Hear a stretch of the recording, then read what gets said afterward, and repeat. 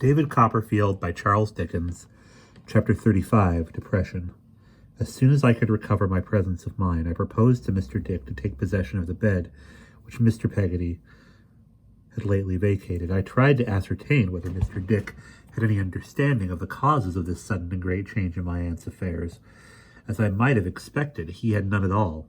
The only account he could give of it was that my aunt had said to him the day before yesterday, "Now, Dick, are you really and truly the philosopher I take you for?" That then he had said yes, he hoped so, and that my aunt had said, "Dick, I am ruined." That then he had said, "Oh, indeed." And then my aunt had praised him highly, which she was very glad of, and then that they had come to me, and had had bottled porter and sandwiches on the road. My aunt was in a composed frame of mind, which was a lesson to all of us. To me, I am sure. She was extremely gracious to Peggotty, except when I inadvertently called her by that name, and strange as I knew she felt in London, appeared quite at home. "Trot," she said when she saw me compounding her usual night draught. "I don't care for strange faces in general, but I rather like that Barkis of yours, do you know?" "It's better than £100 to hear you say so," said I. "It's a most extraordinary world," observed my aunt, rubbing her nose. "How that woman ever got into it with that name is unaccountable to me. It would be much more easy to be born a Jackson or something of that sort, one would think." "Perhaps she thinks so too. It's not her fault," said I. "I suppose not," returned my aunt, grudging the admission. "But it's very aggravating. However, she's Barkis now. That's some comfort. Barkis is uncommonly fond of you, Trot." "There is nothing she would leave undone to prove it," said I. "Nothing, I believe," returned my aunt. "Here the poor fool has been begging and praying and handing over some of her money because she has got too much of it. A simpleton!" My aunt's tears of pleasure were positively trickling down into the warm ale. "She's the most ridiculous creature that was ever born," said my aunt. "I knew from the moment when I saw her with that poor dear blessed baby of a mother of yours that she was the most ridiculous of mortals. But there are good points in Barkis." Affecting to laugh, she got an opportunity of putting her hand to her eyes. Having availed herself of it, she resumed her toast and discourse. "Oh, Trot, Trot, and so you fancy yourself in love, do you?" "Fancy, aunt?" I exclaimed, as red as I could be. "I adore her with my whole soul." "Dora, indeed," returned my aunt. "And you mean to say the little thing is very fascinating, I suppose?" "My dear aunt," I replied, "no one can form the least idea of what she is." "Ah, and not silly," said my aunt. "Silly, aunt?" I seriously believe it had never once entered my head for a single moment to consider whether she was or not. I resented the idea, of course, but I was in a manner struck by it as a new one altogether. "Not light-headed," said my aunt. "Light-headed, aunt?" said I. I could only repeat this daring speculation with the same kind of feeling with which I had repeated the preceding question. "Well, well," said my aunt, "I only ask. I don't deprecate her. Poor little couple." "And so you think you were formed for one another and are to go through a party supper table kind of life like two pretty pieces of confectionery, do you, Trot?" She asked me this so kindly and with such a gentle air, half playful and half sorrowful, that I was quite touched. "We are young and inexperienced, aunt, I know," I replied, "and I dare say we say and think a good deal that is rather foolish. But we love one another truly, I am sure. If I thought Dora could ever love anybody else or cease to love me, or that I could ever love anybody else or cease to love her, I don't know what I should do. Go out of my mind, I think." "Ah, Trot," said my aunt, shaking her head and smiling gravely. "Blind, blind, blind." This was not, upon the whole, very comforting to a rapturous lover, but I was mindful of her being fatigued, so I thanked her ardently for this mark of her affection, and for all her other kindness toward me, and after a tender good night, she took her nightcap into my bedroom. How miserable I was when I lay down! How I thought and thought about my being poor in Mr. Spenlow's eyes, about the chivalrous necessity of telling Dora what my worldly condition was, and releasing her from her engagement if she thought fit, about how I should contrive to live during the long term of my articles, when I was earning nothing, about doing something to assist my aunt, and seeing no way of doing anything about coming down to have no money in my pocket, and to wear a shabby coat, and to be able to carry Dora no little presents, and to ride no gallant greys, and to show myself in no agreeable light. Sordid and selfish as I knew it was, and I tortured myself by knowing that it was to let my mind run on my own distress so much, I was devoted to Dora that I was so devoted to Dora that I could not help it. I knew that it was base in me to not think more of my aunt and less of myself, but so far selfishness was inseparable from Dora, and I could not put Dora on one side for any mortal creature. How exceedingly miserable I was that night. I arrived at the office so soon that I had half an hour's loitering about the Commons until Mr. Spenlow came in, crisp and curtly.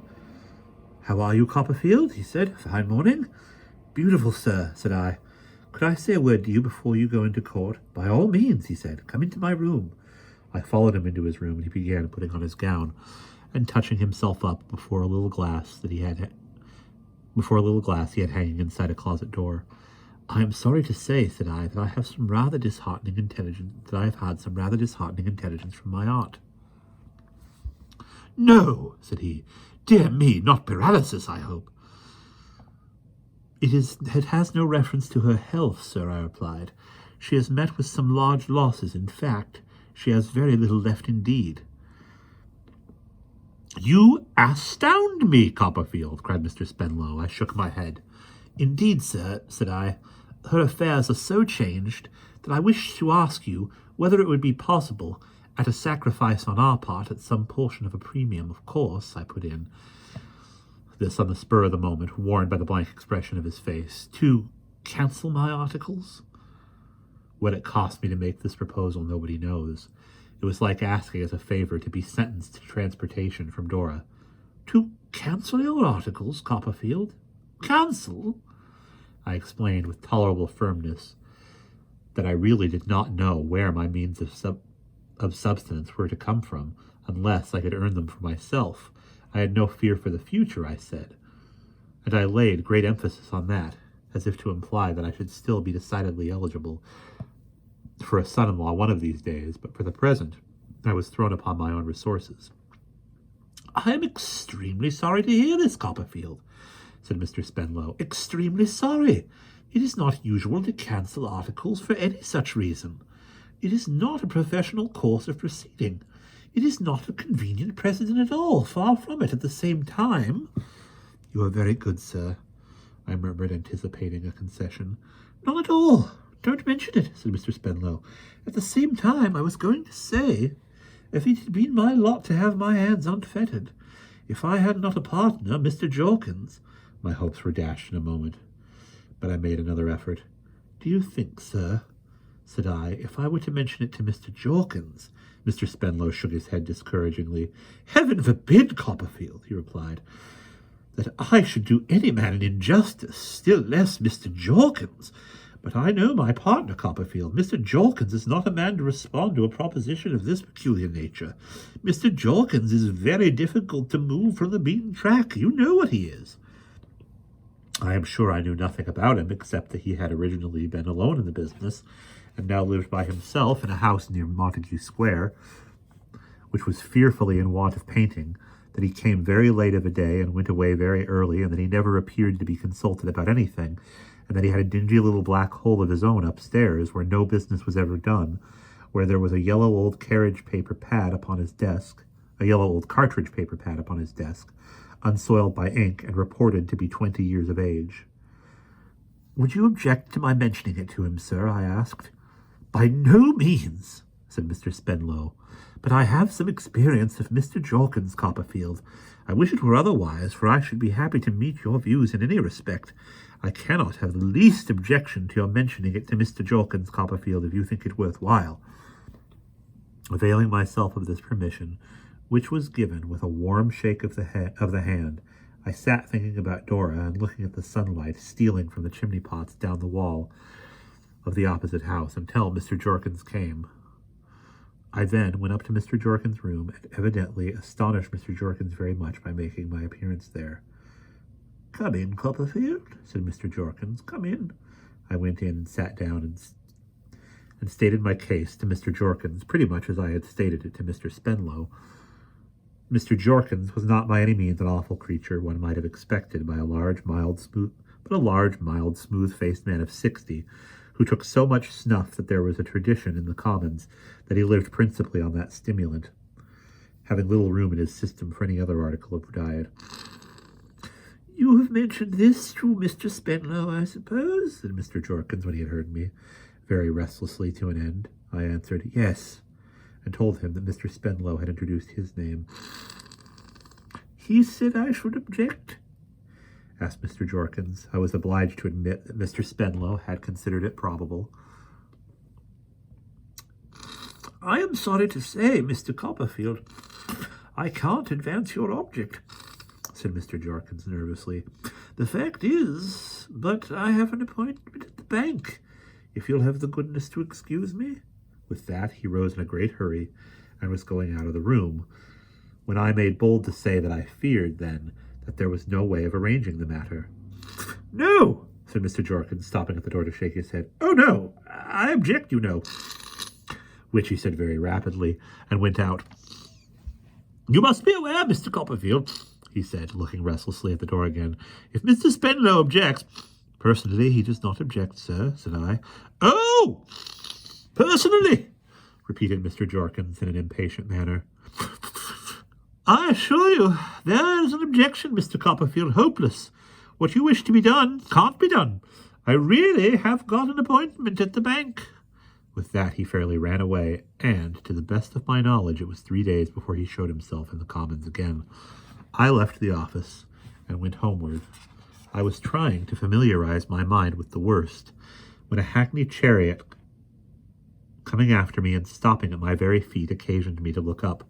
A fair hand was stretched forth from the window, and the face I had never seen without a feeling of serenity and happiness was smiling upon me. "Agnes!" I joyfully exclaimed. "Oh, my dear Agnes, of all people in the world, what a pleasure to see you!" Agnes had come to London to see my aunt. She was not alone, she said. Her papa was with her, and Uriah Heep. "And now they are partners," I said. "Confound him." "Yes," said Agnes. "They have some business here, and I took advantage of their coming to come too. You must not think my visit all friendly and disinterested, Trotwood, for I am afraid I may be cruelly prejudiced. I do not like to let papa go away alone without him." "Does he exercise the same influence over Mr. Wickfield still, Agnes?" Agnes shook her head. "There is such a change at home," she said, "that you would scarcely know the dear old house. They live with us now." "They!" said I. "Mr. Heep and his mother. He sleeps in your old room," said Agnes, looking up into my face. "I wish I had the ordering of his dreams," said I. "He wouldn't sleep there long." We found my aunt alone in a state of some excitement. A difference of opinion had arisen between herself and Mrs. Krupp on an abstract question, the propriety of chambers being inhabited by the gentler sex, and my aunt, utterly indifferent to spasms on the part of Mrs. Krupp, had cut the dispute short by informing that lady that she smelt of my brandy, and that she would trouble her to walk out. Both of these expressions Mrs. Krupp considered actionable, and had expressed her intention of bringing before a British Judy, meaning, it was supposed, the bulwark of our national liberties, and we will pause there.